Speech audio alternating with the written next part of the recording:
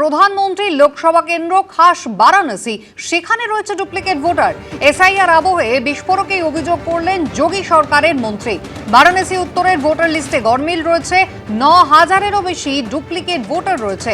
SIR এ লক্ষাধিক নাম বাদ না গেলে ডুপ্লিকেট ভোটারের সংখ্যা দ্বিগুণ হতো, এমনটাই দাবি করেছেন উত্তরপ্রদেশের মন্ত্রী বিজেপি বিধায়ক রবীন্দ্র জয়সওয়াল। জেলা নির্বাচনী আধিকারিকের দপ্তরে অভিযোগ बीजेपी विधायक है।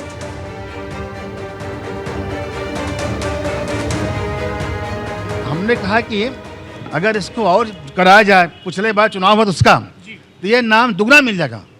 1,10,000 नाम काटने के बाद अगर इतना रह गया है, अगर नाम नहीं कटा होता, अगर उसका जांच करा दिया जाए तो नाम डुप्लीकेट था। ये किसके फायदे के लिए था? इसका लाभ कौन लेने वाले थे? तो क्या कुछ वर्ग के लोग हैं क्या इसमें? एक और विशेष लोग हैं, अधिकार सर, धर्म विशेष के लोग। हाँ। तो आप मतदान जिहाद सबका भी जिक्र कर रहे हैं। हाँ, मैं कह रहा हूँ कि अगर कोई आदमी एक से अधिक वोट दे रहा है तो मंशा क्या है, उसकी रुचि क्या है, क्यों ऐसा कर रहा हो। मंत्री जी, एक अंतिम सवाल, क्या लगता है एसआईआर प्रक्रिया आप ही के शासन प्रशासन द्वारा पूरी की जा रही है? अब ये चुनाव आयोग होता है, चुनाव आयोग जब काम करता है तो सारे तंत्र उसके अधीन हो जाते हैं। ये काम उनका है। বিজেপি নিজেই স্বীকার করছে, কারণ গতবার আপনারা দেখেছেন নরেন্দ্র মোদীর যে মার্জিন ছিল 6 লাখেরও বেশি, সেই মার্জিন এবার 1,30,000-এ নেমে এসছে।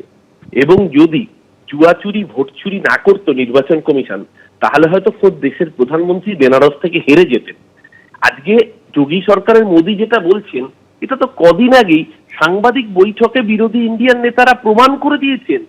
এই যে বাবা রামকমল দাস, এই যে বলা হচ্ছে একজন ওই লজিক্যাল ডিসক্রিপেন্সি রচিরা দিয়ে 6 জনের যদি বেশি সন্তান হয় তাদেরকে লাইনে দাঁড় করাচ্ছে উত্তরপ্রদেশের বেনারসে।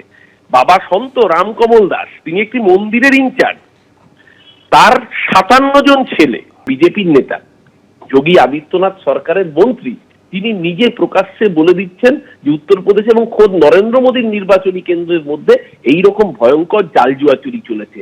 কোথায় শুভেন্দু অধিকারীর মুখ, কোথায় টুইট, কোথায় শ্রমিক ভট্টাচার্যদের? এসআইআর এর খসড়া তালিকায় থাকা বাংলাদেশিদের ওপর নজর নির্বাচন কমিশনের। রয়েছে ভারতের ভোটার কার্ড, আবার ভোট দিয়েছেন বাংলাদেশও, মিলেছে স্লিপ। এমনই খবর নির্বাচন কমিশন সূত্রে। বাংলাদেশের ভোটার তালিকাতেও নাম রয়েছে। নির্বাচন কমিশনের সুপার চেকিং এ উঠে এসেছে এমনই সব নানান তথ্য। মহাভারতে একজন ধৃতরাষ্ট্র ছিল, আমাদের ভোটার লিস্টে 7 জন ধৃতরাষ্ট্রকে পাওয়া গেছে, যারা 100টা করে সন্তান। তো এদের কি একটা করে কিছু না হলেও পদ্মবিভূষণ বা পদ্মভূষণ দেওয়া যায় না?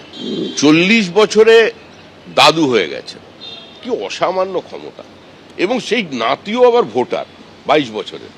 ভাবা যায় এ আমাদের রাজ্যেই সম্ভব। এগিয়ে বাংলা। এবিপি আনন্দ, এগিয়ে থাকে, এগিয়ে রাখে।